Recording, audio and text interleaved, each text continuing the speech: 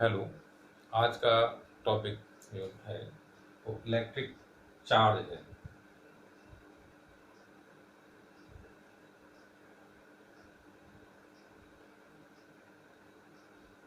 इसको इंट्रोडक्शन में पहले हम समझेंगे।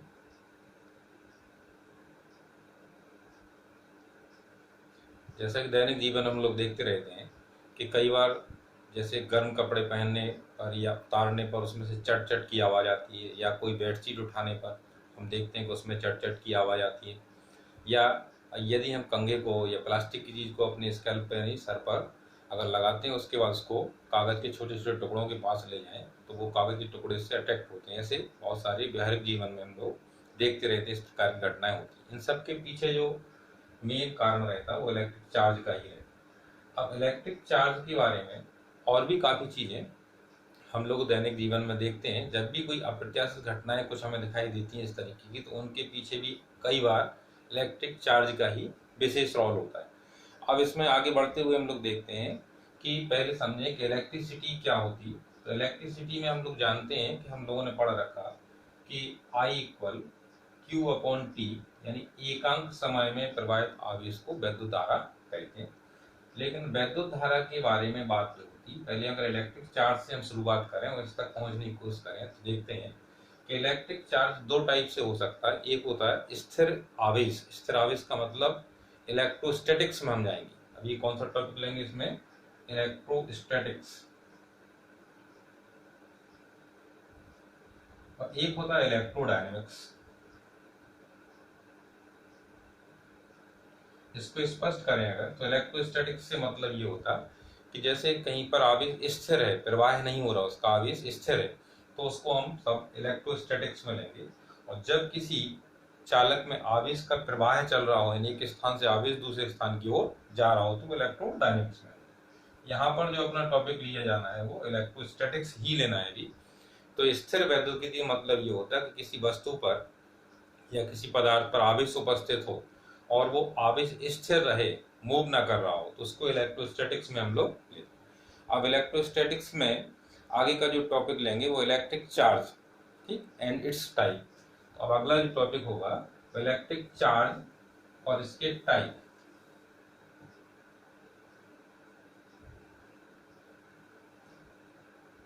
इलेक्ट्रिक चार्ज क्या है?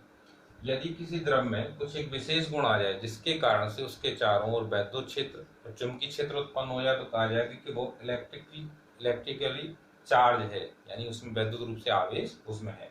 अब इलेक्ट्रिक चार्ज कितने टाइप का होता है तो ध्यान देंगे, इसमें एक पॉजिटिव होता है और एक नेगेटिव होता है, ठीक। यानी पॉजिटिव चार्ज हो सकता है और नेगेटिव चार्ज हो सकता है। अब इसमें अब ये देखें पॉजिटिव चार्ज कैसे आता है, नेगेटिव चार्ज कैसे आता है। तो इसके लिए हम लोग, ठीक, इसका इलेक्ट्रॉनिक थ्योरी देखेंगे, यानी इलेक्ट्रॉन के स्थानांतरण के आधार पर चार्ज की उत्पत्ति कैसे होती है। तो पॉजिटिव चार्ज कैसे आता है, नेगेटिव चार्ज कैसे आता है। मान लो एक कोई वस्तु ए है, इसमें अगर देखें सामान्य रूप से हम लोग जानते हैं कि पदार्थ में कोई आवेश दिखाई नहीं देता, लेकिन वो आवेश तो उपस्थित होते ही, क्योंकि हम लोग पढ़ चुके हैं कि परमाणु जो होता है उसमें प्रोटॉन्स होते हैं, न्यूट्रॉन्स होते हैं, उसमें प्रतिबंध कक्षा में इलेक्ट्रॉन चक्कर लगाते हैं।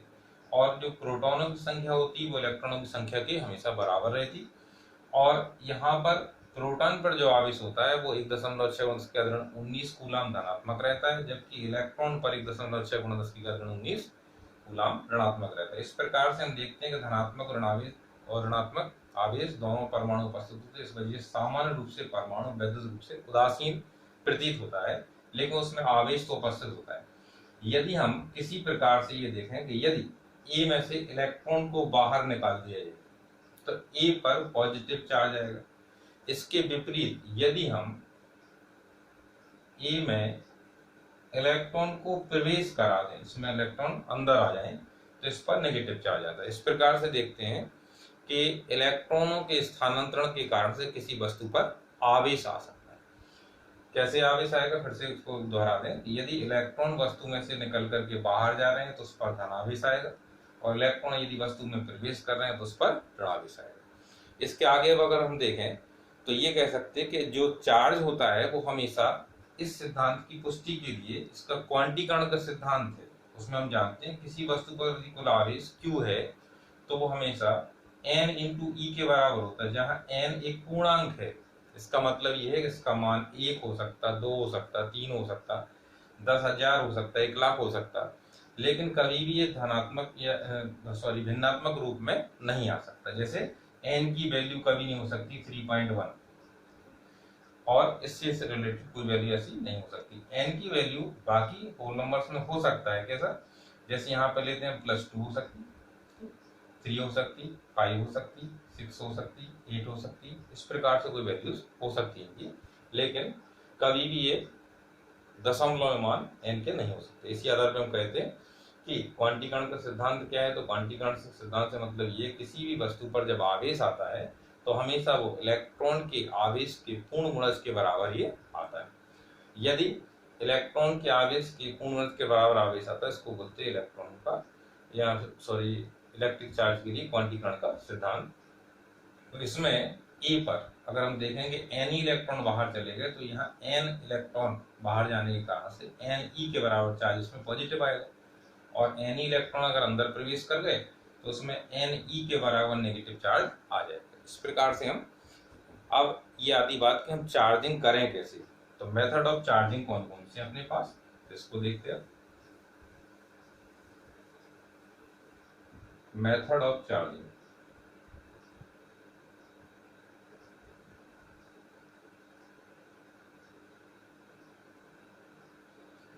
मेथड ऑफ चार्जिंग में पहला मेथड है बाई फ्रिक्शन। जैसे हम लोगों ने सुना अभी, यदि हम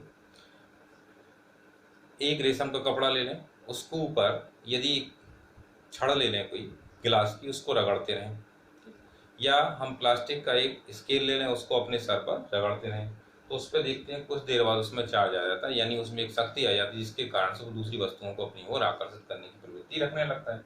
तो ये जो तरीका है वो फ्रिक्शन के कारण से। इसमें क्या होता है कि जब हम एक वस्तु को दूसरी वस्तु के साथ घर्षित कराते हैं, तो उसमें एक वस्तु से इलेक्ट्रॉन निकलते हैं, दूसरी वस्तु में प्रवेश कर जाते हैं। जिस वस्तु से इलेक्ट्रॉन निकलते हैं उस पर धनावेश आता है, और जिसमें प्रवेश करते हैं उस पर ऋणावेश आता है। लेकिन ये बात ध्यान देने की है कि जब भी इलेक्ट्रॉन का स्थानांतरण होता है, तो जितना आवेश एक वस्तु पर अगर धनावेश आया है, तो घर्षण के कारण से उसके साथ जो दूसरी वस्तु ली गई थी उस पर ठीक उतना ही ऋणावेश आएगा।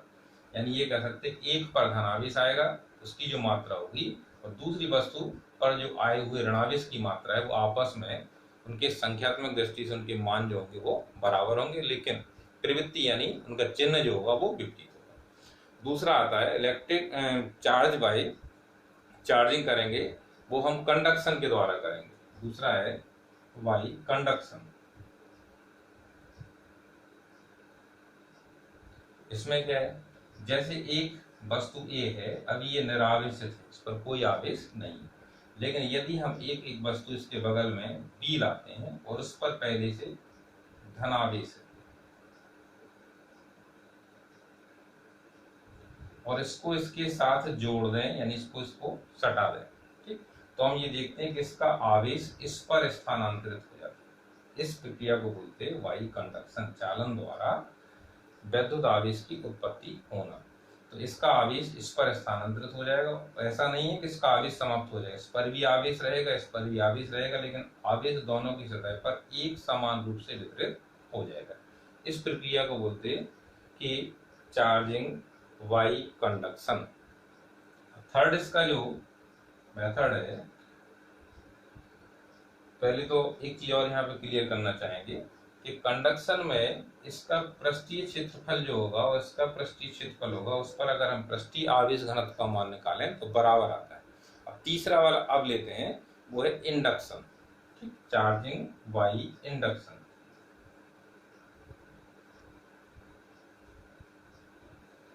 चार्जिंग बाई इंडक्शन होते हैं।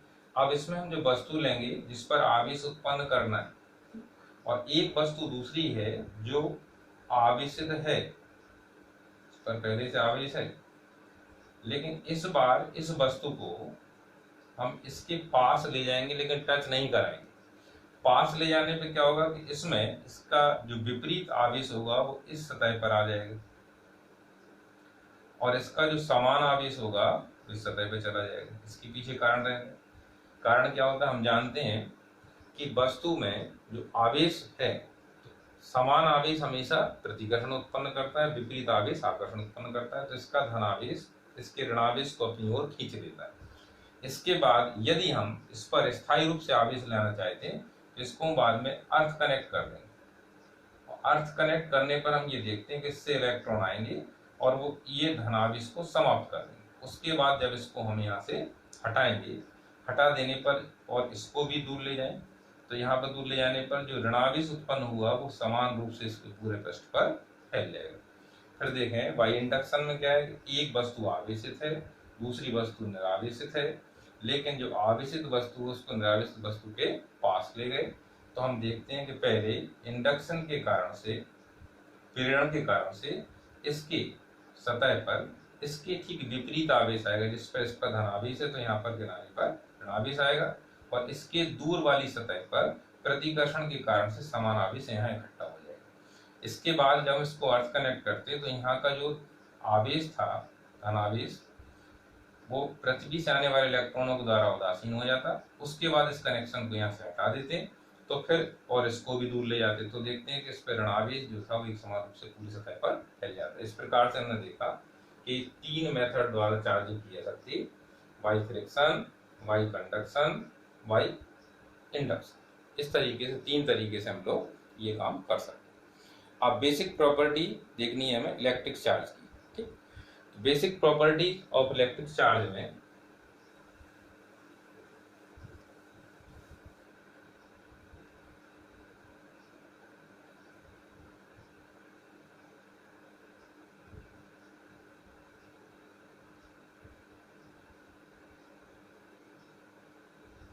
पहला कि समान आवेश हमेशा एक दूसरे को प्रतिकर्षित करते हैं। इसको इस प्रकार समझ सकते हैं कि जैसे ये धनावेशित है वस्तु को, दूसरी भी वस्तु धनावेशित है, तो इनके बीच में जो बल लगेगा वो रिपल्सन फोर्स काम करेगा। ठीक इसी प्रकार से यदि एक वस्तु ऋणावेशित है और दूसरी वस्तु भी ऋणावेशित है तो इनके बीच में भी रिपल्सन फोर्स काम करेगा, यानी एक दूसरे को ये दूर दूर धकेलने की कोशिश करेंगे। जबकि इसके विपरीत यदि एक वस्तु पर धनावेश है दूसरी वस्तु पर ऋणावेश है तो ये एक दूसरे को अटैक करते हैं, यानी एक दूसरे से जुड़ जाएंगे आपस में। तो इसके आधार पर हम ये कह सकते हैं कि पहली प्रॉपर्टी जो है उसमें हमने ये पाया कि समान आवेश सदैव एक दूसरे को प्रतिकर्षित करते हैं, जबकि विपरीत आवेश एक दूसरे को आकर्षित करते हैं। इसके बाद देखेंगे conservation of charge. Conservation of charge को दूसरी प्रॉपर्टी की कंजर्वेशन ऑफ चार्ज उसको इस प्रकार से ले सकते हैं। दूसरी प्रॉपर्टी है कि हमने ये देखा कि जब हम एटम की बात अभी कर रहे थे, एटम में एक न्यूक्लियस होता, उसमें प्रोटॉन्स, न्यूट्रॉन्स और यहाँ पर इलेक्ट्रॉन्स होते। और सामान्य रूप से हमने देखा पहले जब ये उदासीन रूप रहता है तो इसका कारण क्या है कि जो प्रोटॉन की संख्या है P बराबर इलेक्ट्रॉन की संख्या के रहती है। जितनी प्रोटॉन की संख्या होती है ठीक उतनी ही इलेक्ट्रॉन की संख्या इसमें रहती है।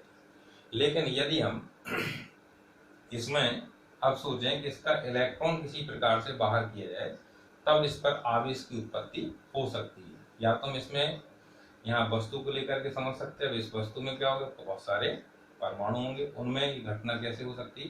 तो ध्यान देना, यदि हम इस वस्तु को और इस वस्तु को आपस में घर्षित करें, यानी ए और बी को आपस में फ्रिक्शन के द्वारा एक दूसरे ऊपर घर्षित किया और परिणाम स्वरूप देखा कि इस पे आया धनावेश, इस पे आया ऋणावेश, तो ध्यान देना जितने इलेक्ट्रॉन इसमें से निकल करके इसमें जाएंगे ठीक उतना ही इस पर ऋणावेश होगा और उसी के कारण से इस पर धनावेश होगा। लेकिन इसमें हम ये देखें कि कोई भी इलेक्ट्रॉन हमने ना तो उत्पन्न किया ना नष्ट किया, केवल इलेक्ट्रॉन के स्थानांतरण के कारण से ऐसा संपन्न हो पाया। इस वजह से हम कह सकते हैं कि हमेशा चार्ज जो होता है वो आवेश जो होता है वो संरक्षित रहता है, उसको ना तो उत्पन्न कर सकते हैं और ना नष्ट कर सकते हैं। बस एक स्थान से दूसरे स्थान की ओर हम ठीक उसको प्रवाहित कर सकते हैं, यानी एक वस्तु से दूसरी वस्तु में पहुंचा सकते हैं या दूसरी वस्तु से पहली वस्तु में ला सकते हैं। आप देखेंगे एडिटिविटी ऑफ इलेक्ट्रिक चार्ज, इसका मतलब ये है, एडिटिविटी की मतलब केवल इतना है कि जैसे वस्तु एक ए है, एक वस्तु बी है, एक वस्तु सी है, इस पर प्लस क्यू चार्ज है, इस पर माइनस क्यू चार्ज है, इस पर प्लस Q1 मान लें, इस पर माइनस Q1 मान लें, उस पर प्लस का Q2। यदि हम इनको आपस में जोड़ दें, अब ये टोटल चार्ज जो आएगा Q वो यहाँ पर प्लस का Q1 माइनस का Q1 और प्लस का Q2 के बराबर होगा, यानी इनका सम करना होगा। Plus Q1 minus Q1 cancel हो जाएंगे, तो टोटल चार्ज जो बचेगा वो Q2 के बराबर ही बचेगा। यानी यदि हम वस्तु में आवेश को देखें तो पहले उसको आवेश दिया गया, वो 2 कूलम दिया, फिर उसके बाद हमने फिर से 2 कूलम आवेश दिया, उसके बाद फिर 2 कूलम आवेश दिया, तो टोटल जो आवेश उस पर हो जाएगा वो 6 कूलम का आवेश हो जाएगा। इस प्रकार से अब देख सकते हैं हम कि क्वांटाइजेशन ऑफ चार्ज, यानी अगली बार ये प्रॉपर्टी देखेंगे, वो देखेंगे क्वांटाइजेशन ऑफ चार्ज। इसका मतलब क्या होता है, जो पहले हम चर्चा कर चुके थे कि वस्तु पर जो कुल आवेश होता वो Ne के बराबर होता है, जहाँ N एक पूर्णांक है, यानी इलेक्ट्रॉन के आवेश के पूर्ण गुणज के रूप में ही किसी वस्तु पर आवेश उत्पन्न किया जा सकता है। ठीक, इस प्रकार से हमने देखा ये इलेक्ट्रिक चार्ज की बात हुई और इसकी हमने प्रॉपर्टी को भी समझ ली। अब इलेक्ट्रिक फील्ड क्या होता है इसको समझना।